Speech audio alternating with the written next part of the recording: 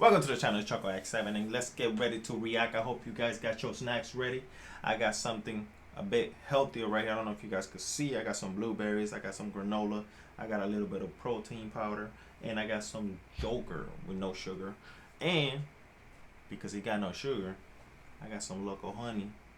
You know what I'm saying? Unfiltered, raw, how it's supposed to be. So that's gonna make it super delicious, right? So shout out to Dr.Insanity for this video, for making this video, gathering the information from wherever he gathered, you know what I'm saying? Fair use. So let's get to it, baby. Secret killer leads cop into her $3 million murder mansion. I said $3 million murder mansion. That's crazy. Wow. If you got money like that and you over here murdering people, something wrong with you. So let's get to it and enjoy. Subscribe if you haven't subscribed. Like, join the choco-nation. We have a giveaway coming really soon once we reach 100,000 subscribers in the Discord for a $1,000 giveaway in gift cards for Roblox, for Steam, and then Cash App and PayPal for those who don't play video games or prefer to have the cash. It's my way of saying thank you to you guys. So let's get to it. Go!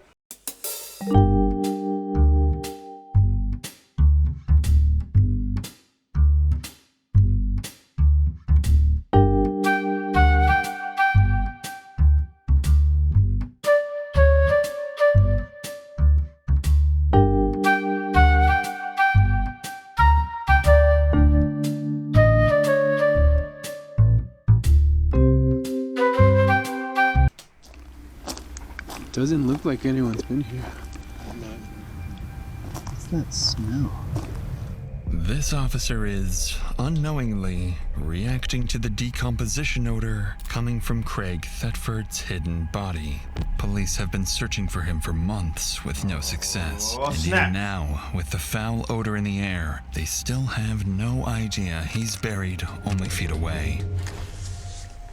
Is that dirt or is that blood? This is the only way I've been able to have any communication with him.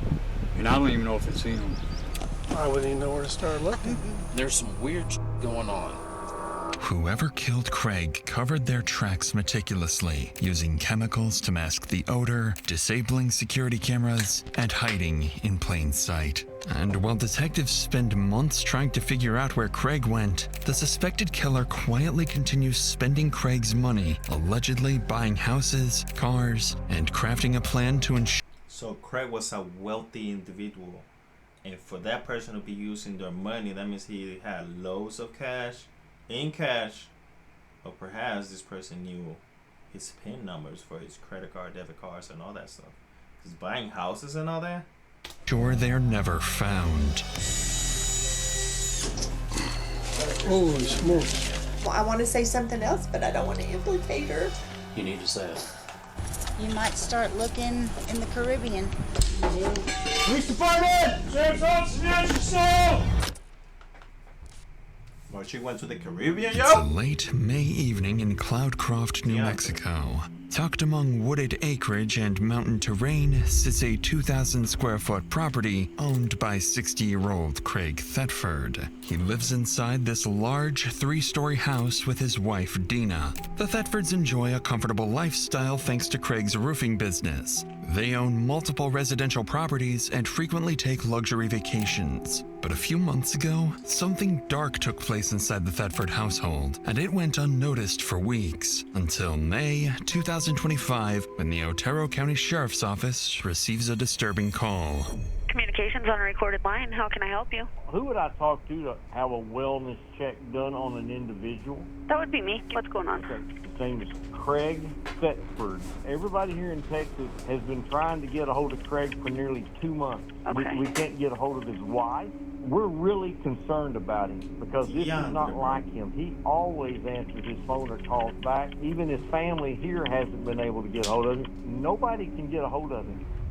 On the line is Larry Scott, requesting a welfare check on his friend. But something about this call is different. As Larry explains, nobody has seen Craig or his wife for months. A detail that's highly unusual since most missing person reports come within days. Following this, officers are dispatched to the address to conduct a welfare check on the Thetford couple. Once they pull up to the long driveway and step out into the mountain air, they can sense something is off about this place.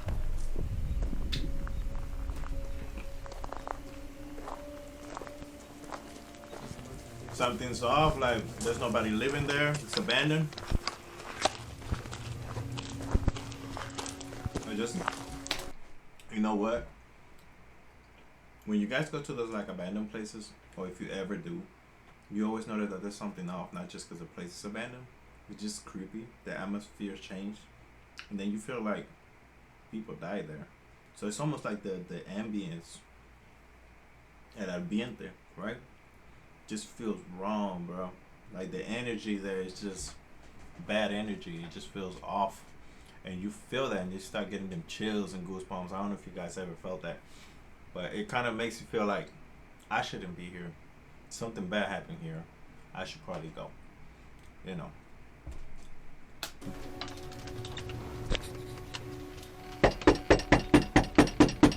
Sheriff's office. Man, that's empty, man. She did what she did and she over there in the Bahama, babies.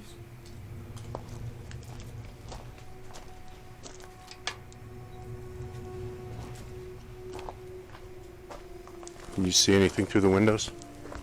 Yeah, I got a pretty good look through the windows. Doesn't look like there's anyone in there.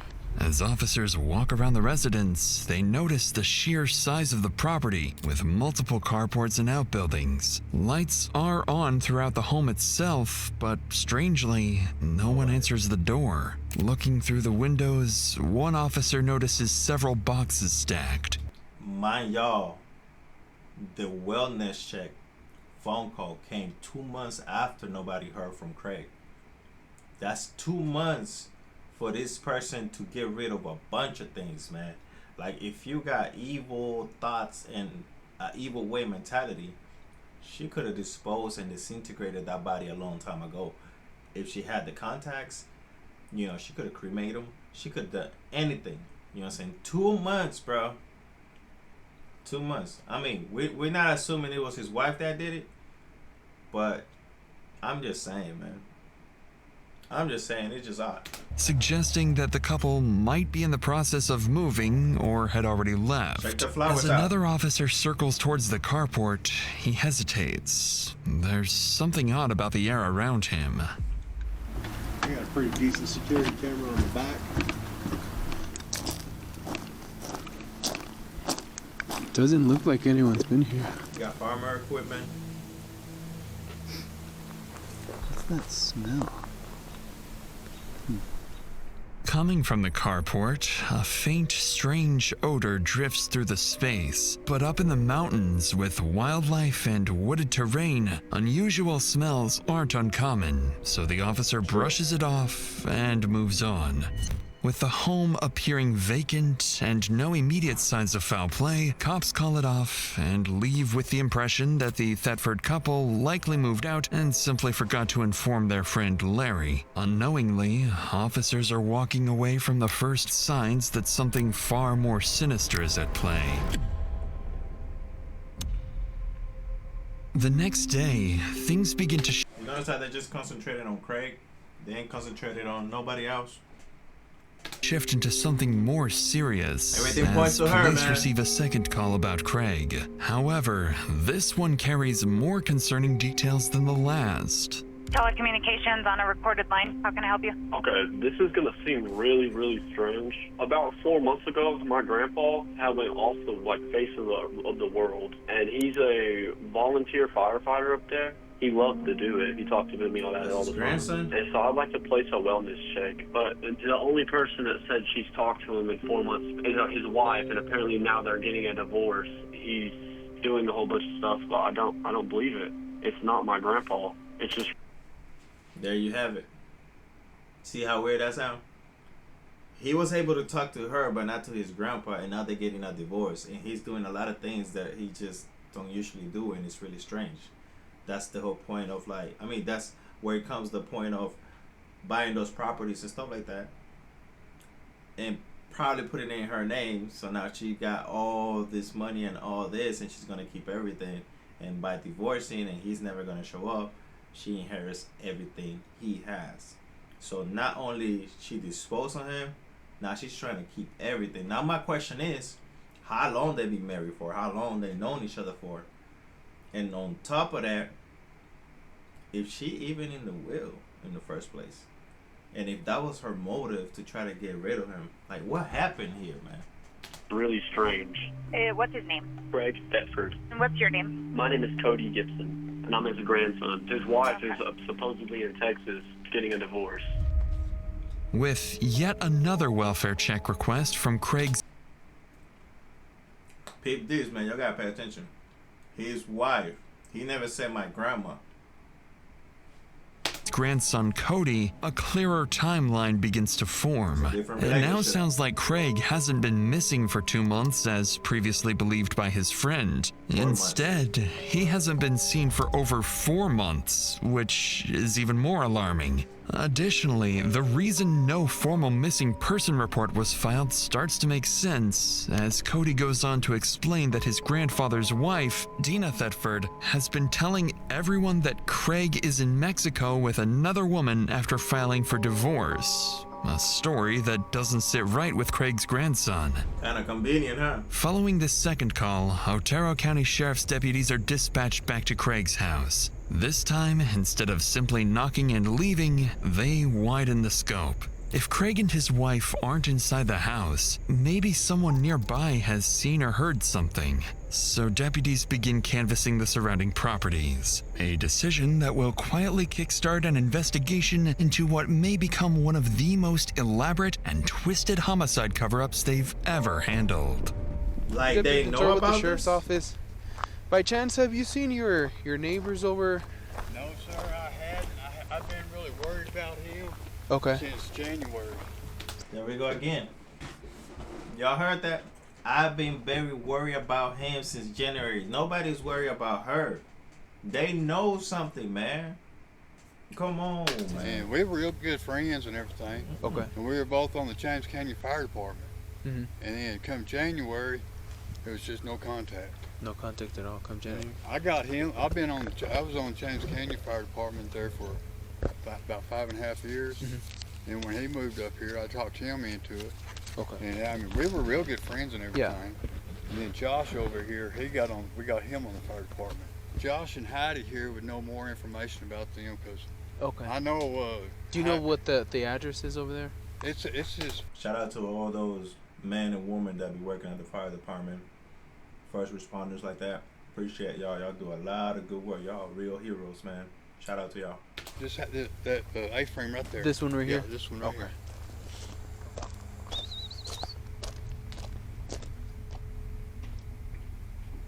Hi, can I help y'all? Yes, ma'am. How are you? I'm Deputy Pintor with the Otero County Sheriff's Office. Yeah. We were looking for Craig Thetford.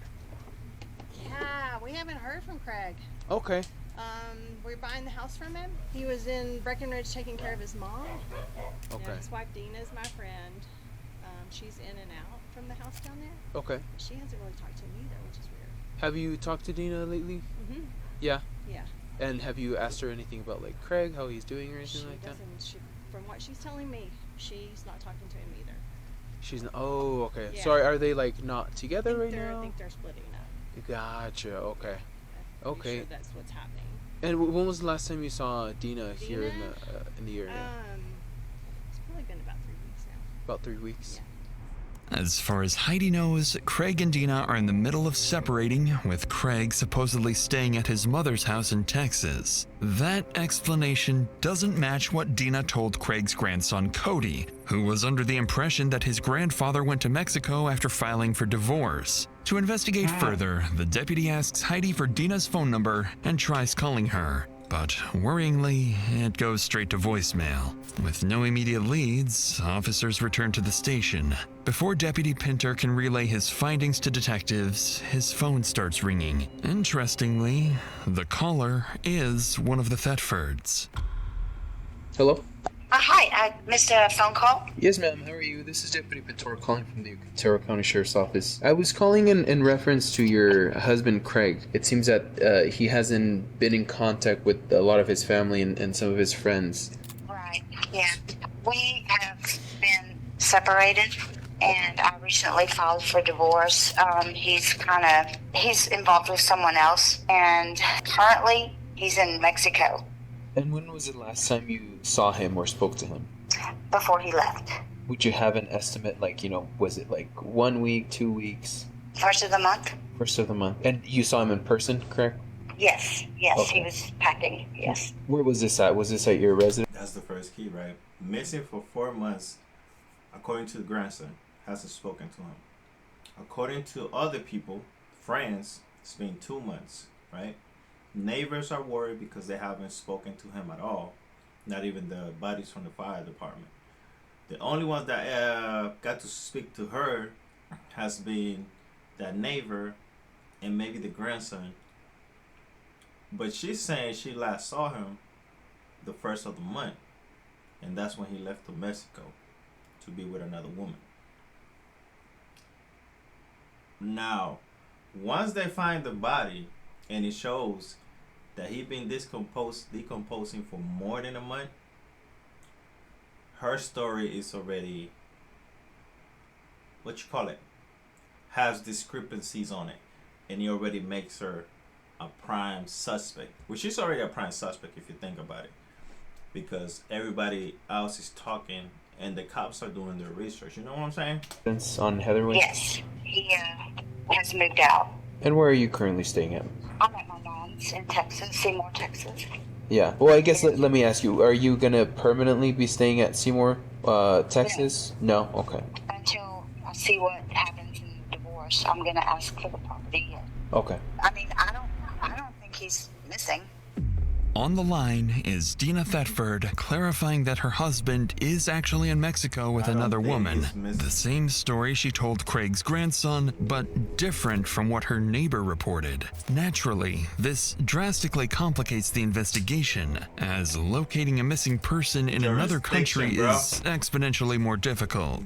But during the phone call, Deana also goes on to explain that she suspected Craig of cheating on her for nearly a year before confirming the affair a couple of months earlier. Now she's staying with her mother in Texas, but plans to return to New Mexico and fight Craig in court to keep the property for herself. The deputy confirms Deana's current phone number before ending the call. Aside from the inconsistent story about Craig's whereabouts, police have no reason to believe Deana is hiding anything. But that is about to change. No, I tried to warn Craig. She did state if I could kill Craig and get away with it, I'd do it. My mom is crazy. Like, she's tried to kill me before. My mom is crazy. In the days that follow, Craig Thetford is officially entered into the FBI database as a missing person, and the case is assigned to Detective Bobby Curtis with the district's Major Crimes Unit. As Curtis begins digging into the couple's background, one detail immediately stands out. Craig is Deana's fourth husband. She had already been married 3 times before, and those relationships seemingly ended under troubling circumstances. So Curtis decides to call the people who might know Deana best. Did they all die? That means she a serial killer, bro. They say in order for you to be a serial killer, you have to have at least 3 bodies, man. Meaning like 3 kills. If you already killed more than 3 people, or at least 3 people, you are considered a serial killer. And Craig was her 4th husband that's missing. She just killing these people and taking their stuff. Right? Yeah, it has to be her that. Ex-husbands. And what she's about to hear may not just explain where Craig is, but also what really happened to him. I got a voicemail from you about an hour ago. Oh, they're alive. I was calling to see if you had a minute to talk to me about Deana. I was married to her 30 years ago. I called her demon possessed one time and about drove her crazy. I was told there was possibly a time when she had tried to run you over with her car. I would probably say that's more her drug addicted or alcohol addicted state that she gets that way. And that's the best time to leave her alone is when she's that way. So Deana, I think that's how we both survived for 10 years. So Deana had problems with drugs and alcohol. She became a demon when she was like under the influence, and she will do some crazy stuff. Hello? Hi, is this Scotty? Yes. Hi, it's Detective Curtis. First, let's go ahead and start with the why did you guys end up getting a divorce? Because she's crazy.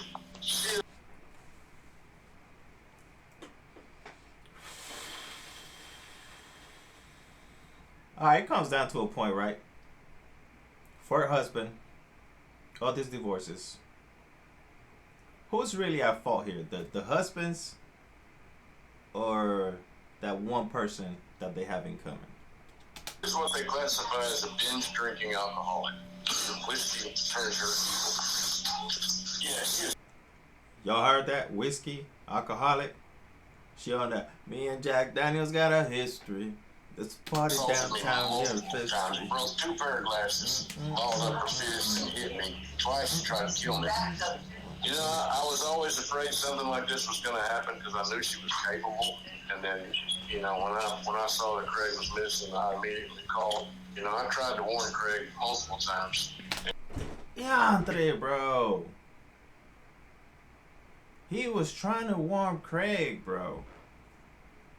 And look, oh man. And she did say in front of me and my wife, if I could kill Craig and get away with it, I'd do it. She said that in front of him and his wife. They probably got kids. They probably got kids in between for them to still be like talking to each other and stuff like that. That final remark from Scott is disturbing and certainly doesn't bode well for the situation.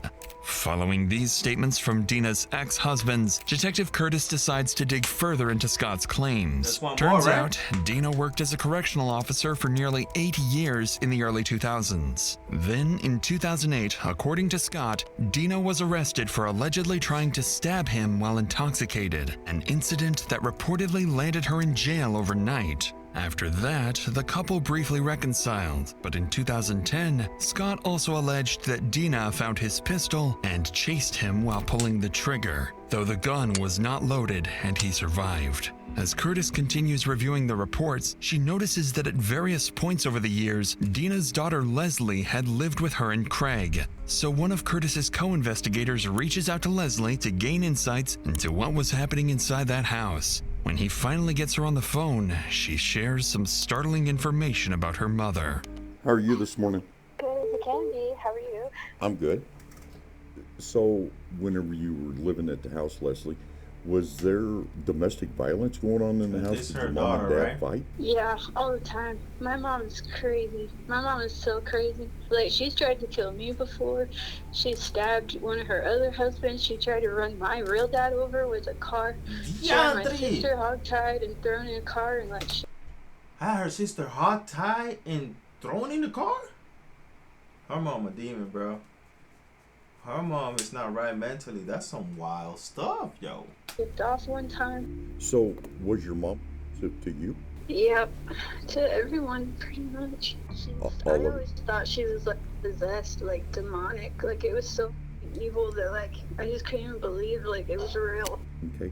At the time that you were there at the house, did your mom and dad drink or use drugs? Either one of them? Yeah, she's an alcoholic. Peep this. You see how he asked? He's just asking the question like he don't know anything. That's what's so good about this detective, because they're not influencing the narrative of like, oh, your mom drank a lot, right? Like they already know. Instead, it's like, was there any like alcohol or drugs being used by either your dad or your mom at the time that you was living with them? That's how a real detective does it. It's not peer pressure or anything. It's just innocently or making themselves unaware of anything. Like if it's the first time they talking to anybody about this. That's smart right there. Alcoholic, she's always been. She also does other drugs, and I think she might have poisoned him or been trying to poison him or something, like messing with his medication or something. Needless to say, things are starting to sound grim. There are now 2 separate people alleging that Craig may be dead and that Deana could somehow be involved. Once they find that With body. this troubling development in mind, Detective Curtis moves on to review the couple's recent financial activity, and this is where things become very peculiar. In the last 4 months, Deana appears to have spent hundreds of thousands of dollars, including a new house and a new car, while also potentially helping fund her son's new business. With all these findings combined and Deana's shifting story, investigators begin to suspect they may be dealing with something far more serious than a missing person case, and the possibility of a concealed homicide now sits squarely on the table. But in the middle of trying to piece together what really happened to Craig, detectives receive a tip that his wife Deana has returned home and is acting as if nothing ever happened. Somebody's home. There's a car over there. Following this, Deputy Roger Schoolcraft is sent to check if Deana returned home and can provide any answers. In a few seconds, he will come face to face with the one person investigators now believe may be their prime suspect. And she's smiling, bro. But before we get to that, if you're like me, you probably want to save money. Yes, we do. If you need to auto bear chain monthly and up right to 3// story that may explain why Craig truly vanished.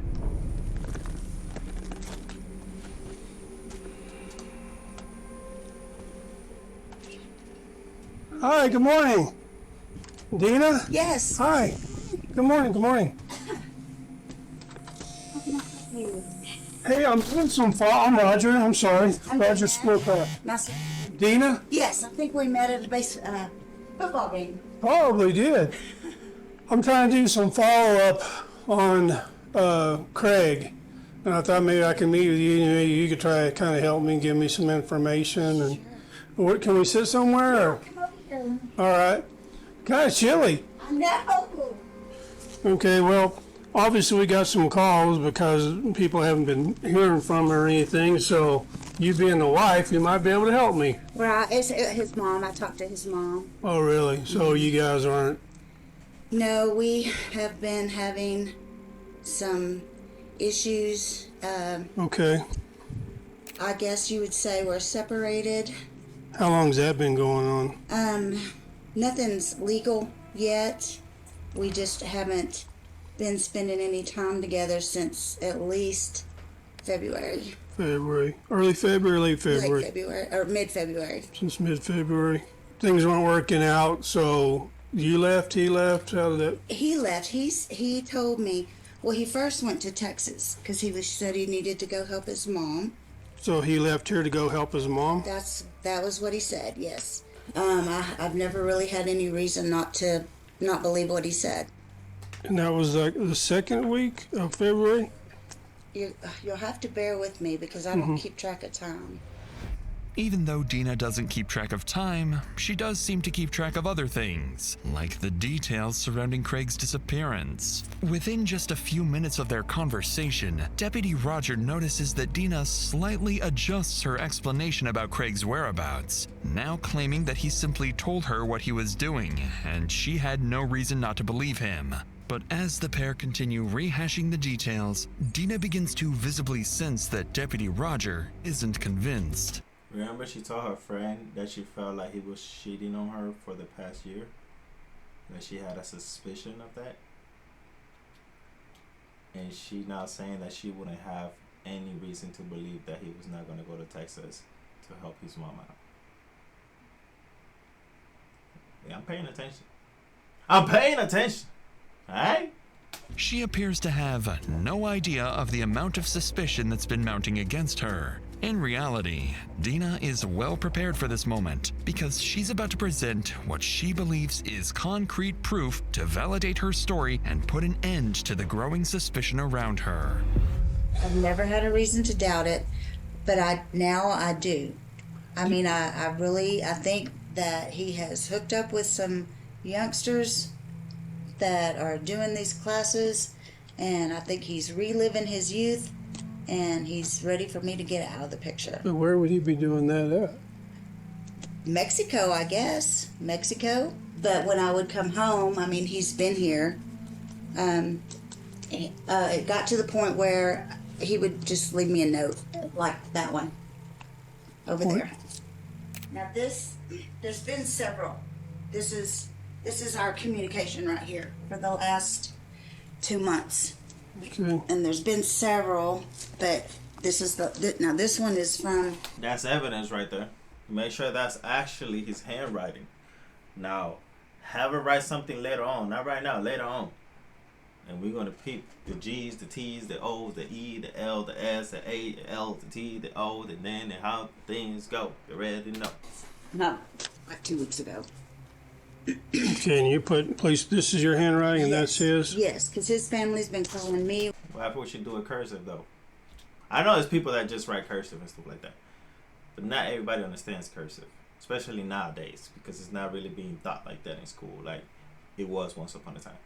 So, yeah, that's a good way to just say, oh, I'm going to write a cursive so it's different. Let me see if I can see something. Where is he? You know, and I'm like, Look. I know as much as you. You see that Y in the cursive Y? The little upper part without the stick? Kind of seems similar. You do. Where's El Salto? Mexico. And he has friends in El Salto, or he went? Not legit. El Salto is a trophy bass fisher. Oh, okay, yeah. I'm a big bass fisherman too. Yeah, I think this would make like the 3rd time he's been there. Okay, El Salto is definitely in Mexico. Alright. Municipality of Jalisco. Guadalajara. Oh, okay, I see.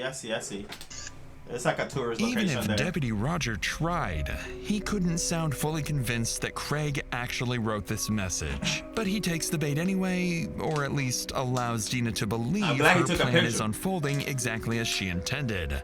He cannot let her know that she's the prime suspect yet, right? So he just communicating, trying to figure it out. Got to believe what you're saying.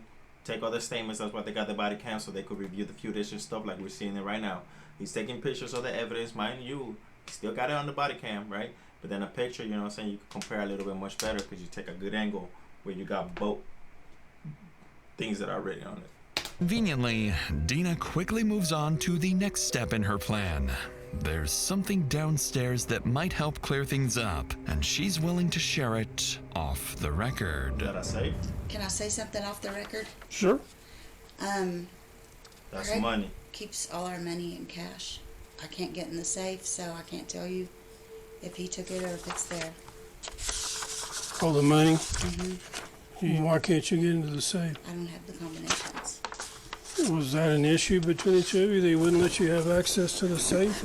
It wasn't an issue with us, but it was an issue with his first wife. Well, she was stealing money from him or what? Okay, I understand now. And how much? $1.5 million. But she can't get access to it, but she knows there's 1.5 million in their cash. Something wrong the way she said that. I can't get in there, I don't have the code for it. But she is spending money. That's what she don't know. That the cops probably already found out. You show me where that safe is? Yes. Okay. That's a substantial amount of money by anyone's standards. And Deputy Roger is beginning to suspect he may already know why Craig suddenly vanished. Even though Deana claims she can't access the safe, Roger will soon discover that this, too, might not be true. But since Deana brought up the money unprompted, Roger recognizes an opportunity to dig deeper and decides to take it. Rogers, I'm sorry. Good job. I've got a bad knee. I'm apologizing. Well, we could do No, that's the good. ground way. No, just getting old. Boy, Rogers, bro. Holy smokes. Big house. Yeah, it is. Too big for 2 people. It's way too big. This is the bottom floor here? Or? Yes. I like when they say that in a way, right? It's too big for 2 people, right? Because it's always like big house means big family, right? Big family oriented. But I'm telling you, a big house, you know what I'm saying? Once the kids are grown and all that stuff, forget all that. You know what I'm saying? You ain't going to enjoy that house. You got the whole house to yourself. Run everywhere butt naked if you want to. You ain't got to worry about it. Just saying, bro. I'm saying what everybody's thinking because I know y'all thinking about it. Okay. I'm sorry. Oh, that's cool. It's only too big when you old. Yeah, good Lord. That cost a penny. Yeah, that was my present, and now I don't know if I get to keep it. Yeah. And right This one and next this to the one. safe. Oh, there's two of them. Yeah. So you don't have the combination for either safe. No. No, I just. You didn't keep it written down anywhere, or you don't know. Okay. He's trying to mislead you. He keep it written down anywhere, or you don't know. See, she falls for it. As Roger checks the safe, he has no idea that he is standing in the very spot where Craig's body remained for days before it was eventually moved and hidden. None of that is apparent in this moment, so that You think it's weird? If he got killed right there between the safes, you think she was actually demanding the codes? And maybe he told her the codes and she still killed him. I'm assuming this had to do with a gunshot, but nobody reported no gunshot. But then the place is so big and massive, we don't know if that basement is soundproof in the first place, or that bottom part of the house. two head back upstairs after taking a quick look. By this point, Roger feels he's heard what he came for and then some. But before leaving, he decides to share a small surprise he's been holding back. Have you been married before too? Or? Oh gosh, yes. Okay. Oh gosh, yes. Yes. Why do you say that? Well, because I used to. It seemed to be a regular occurrence. Oh, I'm sorry. No, it's. I make it a joke. Yeah, I mean, I just. It took me a long time to figure out I'm the common denominator. Mm-hmm. So. How many times were you married? He is my fourth. Your fourth, okay. Yes. I don't know, just a little history of me. I'm actually a retired police officer. Came back to work about 2 years ago. I got bored sitting at home. That happens. But the vast majority of my career, I worked in investigations, CID, homicide. Have you guys noticed that when somebody retires, right? Like we go our lifetimes thinking, oh, I'm gonna retire. Gotta make this money and all this thing to retire. Right now, we're in the generation that we shouldn't even be worrying about all these social securities and all that stuff because we ain't gonna get out of that. So we work, and we're like, I can't wait to retire. And then you retire, and then you don't know what to do with your time. So then you get bored. Then you're home all the time, and then you do house projects. Now you got a lot of time to do all these house projects that you didn't have a lot of time to do. So now you're like, I'm gonna go back to work. And I notice how people, when they retire, it feels like they get older quicker, and they get sicker. Almost like if they don't have a purpose no more, so they just let themselves go. And it's wild, bro. It's wild. I here in Albuquerque, so that's most of my career has been doing that. Deputy Roger leaves little room for doubt, subtly making it clear that he is, in fact, investigating a possible homicide. Even though Deana tries to appear nonchalant, her face tells a different story. She looks visibly taken aback by the idea that a homicide detective is now sitting in her living room, and the timing of Roger's reveal couldn't have been more deliberate, coming right after Deana seemingly acknowledged that she's the common denominator in her previous failed marriages. So she With understands. the surprise revealed, Roger wraps up the conversation and heads out, leaving Deana with a clear implication that she may now be a prime suspect in the possible homicide of her husband, a thought that will soon begin to consume her. At the same time, Roger walks away with something else he believes he identified during the hour-long interview, a possible financial motive behind Craig's disappearance, as well as an even stronger suspicion that he may have just been speaking with the alleged killer herself. Facts. Before heading back to the station to relay his findings, Roger's relentless instincts get the best of him. With more than 2 decades of experience and having handled a case with eerily similar circumstances that later turned into a homicide, he can't shake the feeling that something isn't right. So instead of leaving right away, he decides to stick around the neighborhood and speak with people who live nearby. A move that will not only fuel Roger's growing suspicions, but also reveal some new details police hadn't fully heard before. Like if she bought that car within the last few months. What are you doing? Hey, Roger School Club, we met. Yeah, I was at school. You want to go here? It's a small town. You see how they say I was at the school and stuff? No. Oh, okay. There. Just a good barker. What, do you know anything on the last time you saw him or talked to him? No, It's been a while, and there's some weird going on. Yeah, for sure. And I don't want to. I'm not trying to implicate anybody. From what it sounds like in the past, you know, whenever those two get like, when I say those two, Craig and Deana, they get together, and you mix in a little bit of alcohol, things get a little bit flammable, or can be. And Craig said, if anything ever happens to me out on one of these calls, Deana has a combination to the safe. And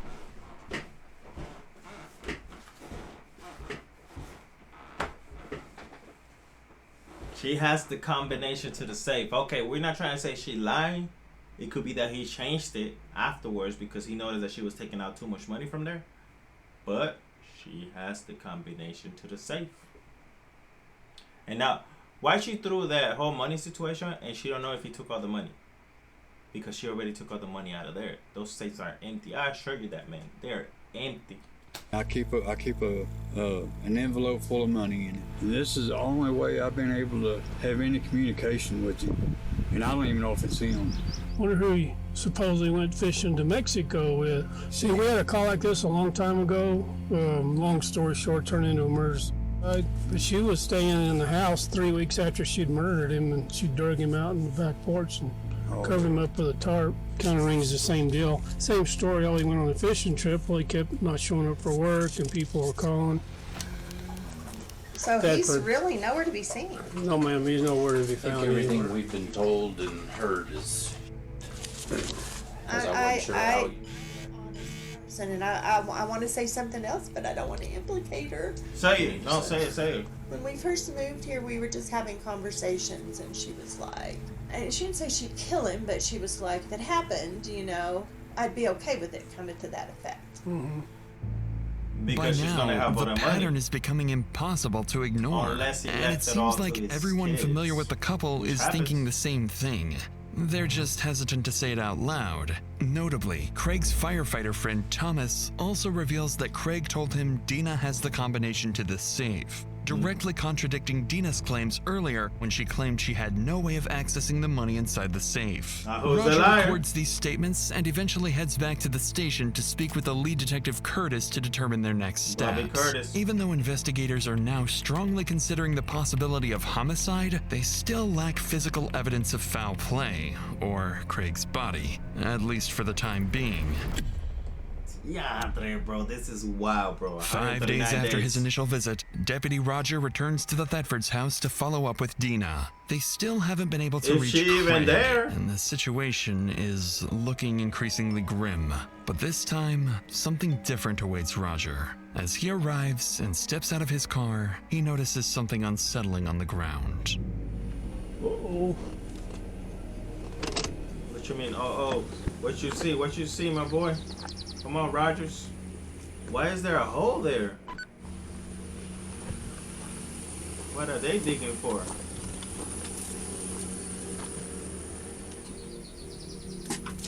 Good morning. Come on in. How are you?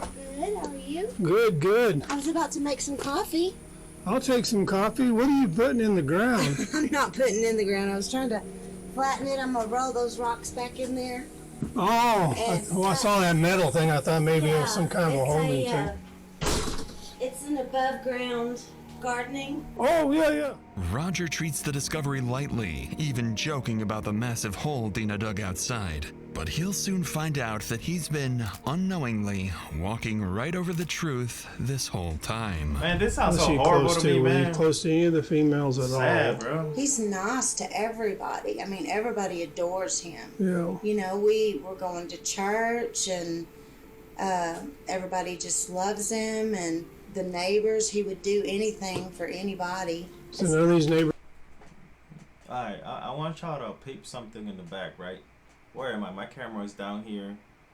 Maybe I should move my camera up. Alright, we're back at it again. So now I move the camera. Y'all gotta peep that pink liquid back there, right? You see that that look like some like windshield washer fluid. I wouldn't say coolant because coolant don't come in a bottle like that. But windshield washer fluid would. I haven't seen it pink. I'm not saying there ain't, but I seen it like in other colors, like orange, blue, green, maybe green.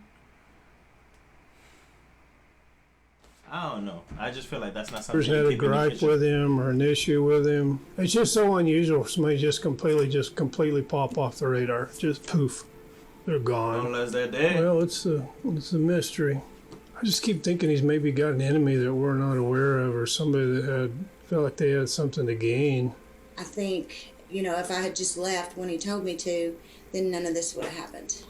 With this statement What you coming mean by directly that? from Deana, she has effectively pointed the finger at herself. Whether she realizes it or not remains to be seen. With the remainder of the conversation yielding no new leads, Roger wraps up his second visit and heads out, still empty-handed. But as he leaves the property, Roger has no idea that this might be the last time he ever sees Deana alive. In the following weeks, things begin to escalate dramatically as Deana appears to have vanished. Any phone calls from... That just made me think differently. Can you imagine that she is not the murderer, but somebody else who also knew about the 1.5 million? And now I'm thinking the neighbors knew, other people knew, her son probably knew.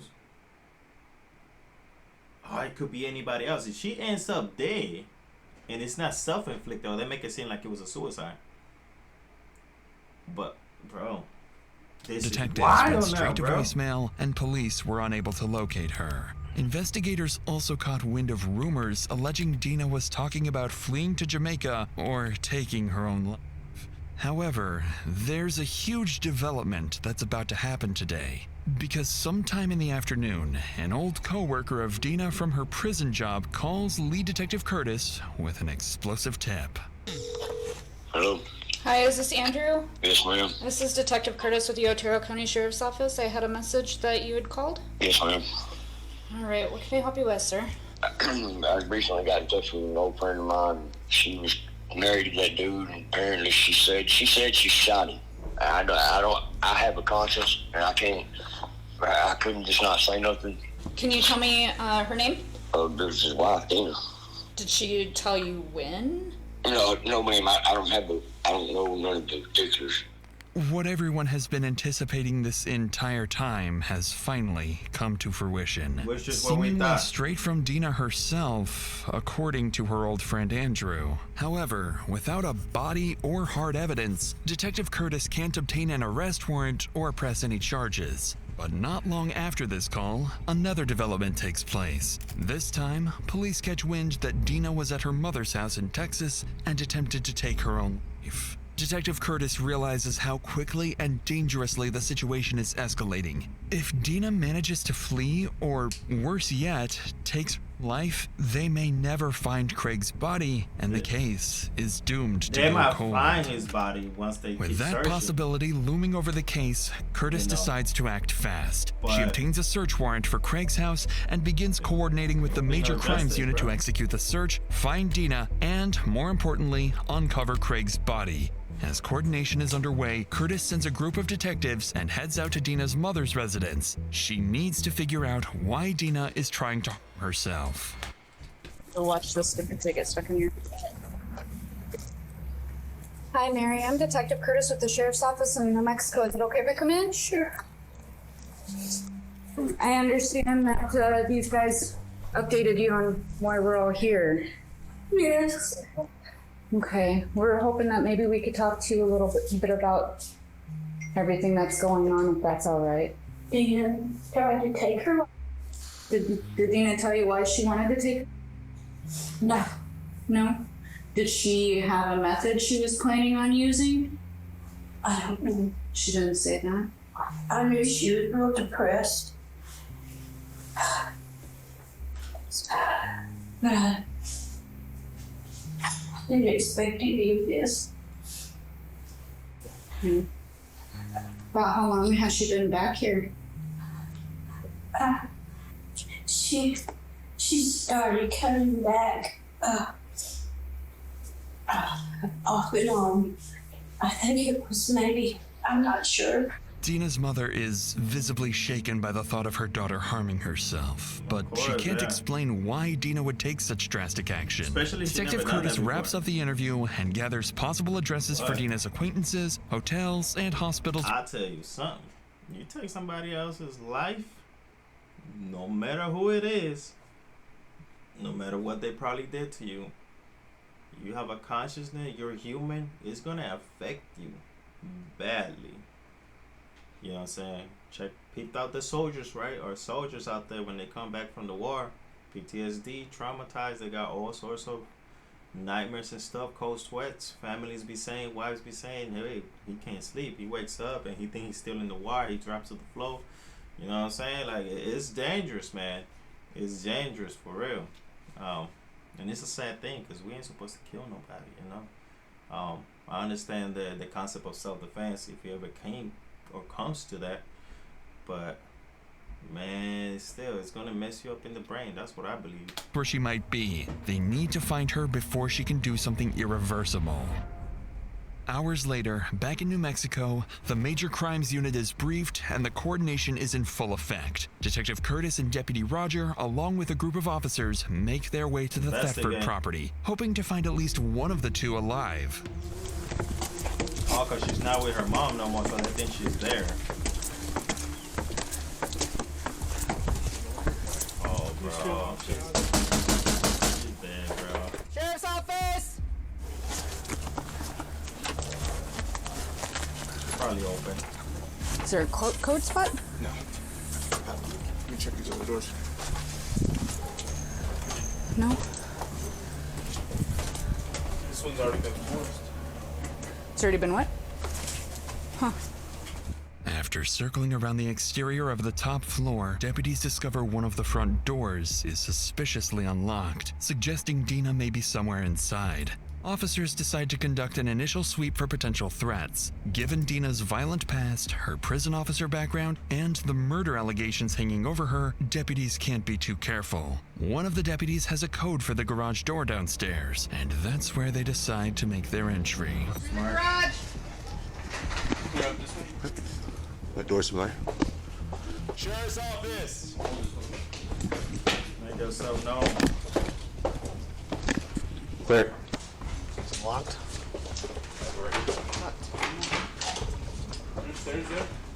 There's 2 doors to the left. We're gonna open this. Stairs. I got stairs. To the right.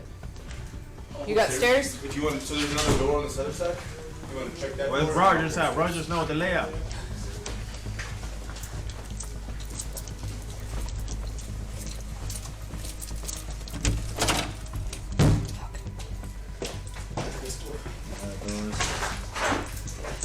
I got another door. Alright, behind you.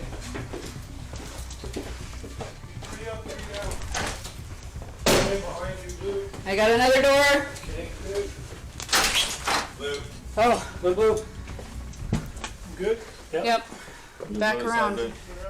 After clearing the basement, officers spot Craig's safe that's supposedly holding $1.5 million in savings. A locksmith quickly gets to work on unlocking the safe, while deputies head upstairs to continue sweeping the house, where they'll soon find their first clues of foul play.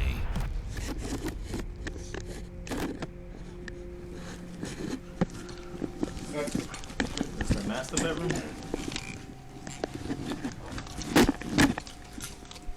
Blue. Shake the tub. Y'all gotta shake the tub. Call clear. I already checked the bedroom here and the bathroom and the closet.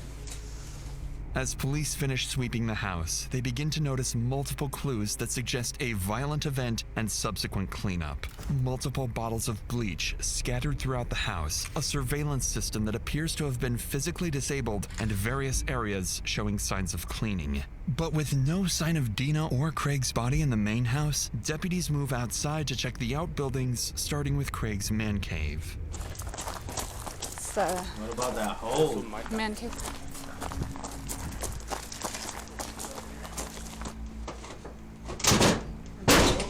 Good job, gentlemen. Police Department! Sheriff's Office in your cell! Search warrant! Looks like you have an upstairs.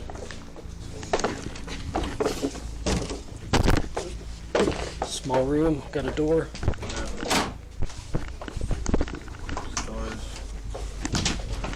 Small room coming out.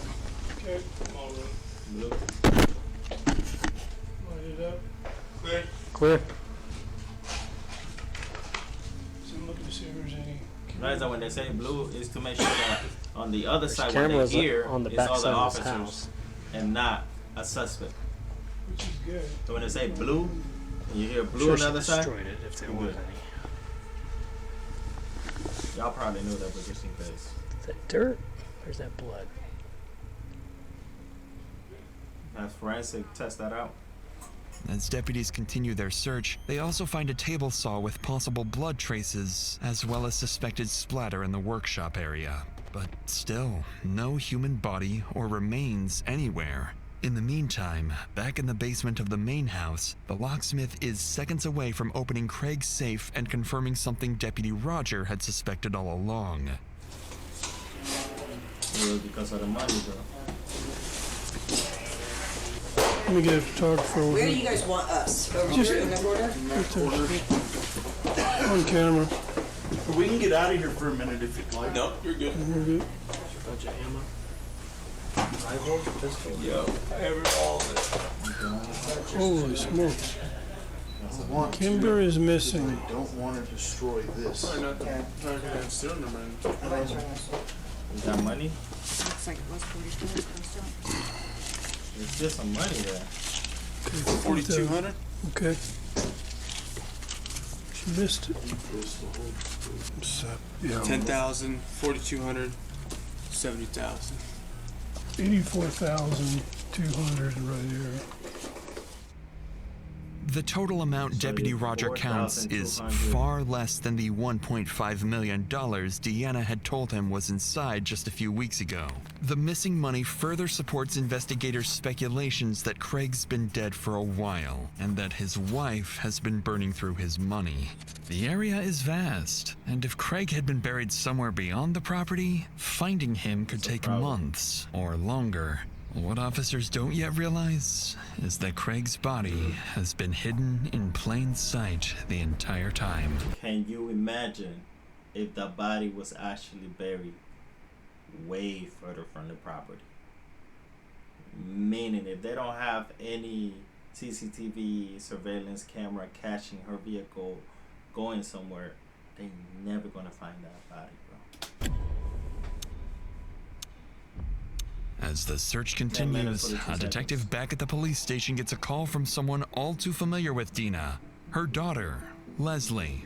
The last time the detective spoke with Leslie, she revealed startling allegations about her mother's behavior during the time they lived together. This time, however, Leslie has critical information to share. Details she and her siblings supposedly knew for a while, but she's the one who finally decided to talk. Randy, it's Lizzie, and I have Leslie on the line. So I told her that I kind of filled you in, but I was going to let you ask her any questions you might have. Okay. Hi, Leslie. How are you this morning? Oh, you know. Hanging in there? Yeah. Well, good. So, Leslie, can you tell me what your mom told you? It was just like everyone was being so weird, and I knew something was going on, but nobody would tell me anything. Well, long story short, she said she was gonna, and then she came to see me one last time, and she wanted to see my son, her grandson, one last time, and then she told me what happened. What did she tell you happened? That Craig pushed her down the stairs, and she shot him, and he fell into the pool room. She left him laying there on the floor for like a day, 2 days and a half, and then she wrapped him up, I don't know, rug, plastic wrap and stuff, and then they tied that up with a tractor, and... Y'all heard that? Then they tied that up with the tractor. Somebody helped her out. Who? See, you gotta pick the game, baby. Pay attention to those words. They. And look at that. They moved him. They moved him with the tractor, to the carport. Did And you? there's 2 carports over there. And I kind of have a feeling that he's probably in the one by the bunkhouse where he used to park, like, underneath the tractor, or, like, something parked on top of him. Like, it might be, like, they might have dug, like, a little hole or something. It's like a hidden in plain sight type of thing. So why do you think your mom called you? Well, I was the last one to find out. My other siblings had already known for a long time. She said she wanted to, like, unburden herself. All my siblings and everybody was, like, acting so weird. Then my sister was crying and everything, and she asked me to come to her house to see her. So I went to her house. And then after I got back from there, like, everyone cut contact off with me. And I haven't talked to them since then. And just like that, Leslie... Somebody else was involved. I'm thinking it was the son. And I'm thinking that she, besides funding the son business, she probably gave me some additional money and stuff like that. And maybe the other sister she has also received some money. And if she received money, she's not saying anything. But if she finds out and they didn't give her anything, then also they're having a conscience, right? But probably she was like, I can't stay quiet, I gotta say something. He seemingly cracks the case, giving investigators the breakthrough they've been looking for. Now they gotta go over the there and deputies confirm back at the residence are informed that Craig's body is hidden on the property. Based on Leslie's tip, they move to conduct a thorough search of the detached metal carport west of the house, where investigators will discover that the truth has been hidden in plain sight all along. Is it that one? In the carport, next to the tractor, officers spot a large pile of cardboard boxes, rugs, soil bags, and other items stacked to hide something underneath. As they clear the pile, black plastic sheets become visible, and inside, they discover a human body concealed beneath materials to hide the foul odor. After transporting the body for an autopsy, doctors estimate it has been deceased for weeks to months, consistent with a January killing. 3 or 4 gunshot wounds are found on the left side, including one through the heart, classifying the death as homicide. After using fingerprints, the body is positively identified as Craig Thetford. With this tragic discovery, an arrest warrant is officially issued for Deana, and multiple units in both New Mexico and Texas are informed to be on the lookout for her. A few hours into the search, officers in Texas receive information from Deana's mother, Mary. She tells them that Deana is at Red River Hospital. Officers quickly arrive at the hospital where they find Deana alive and unharmed. She's taken into custody without incident. As she's transported to the station for questioning, Deana remains calm and cordial, almost as if she's been expecting this moment for months. Detective Curtis now has a body and what she believes enough evidence to pursue homicide charges. But there's one final question she doesn't have an answer to yet. Why was Craig truly killed? William Lindowski, with the district attorney's office out of New Mexico. I'm Detective Curtis with the Otero County Sheriff's Office.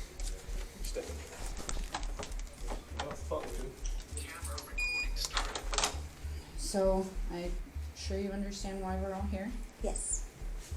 Did you get a copy of your arrest warrant No, yesterday? I haven't gotten when a you were copy picked yet. up? Okay. Anything by anybody, anywhere. Okay. And I'm just gonna tell you right now, I'm gonna need a lawyer. Okay. And that's as far as I'm gonna go. Okay. This is my plan because I don't know any better, any other way. I don't either, unfortunately. Like, you know They don't what let me happened, girl. That's get not. very close.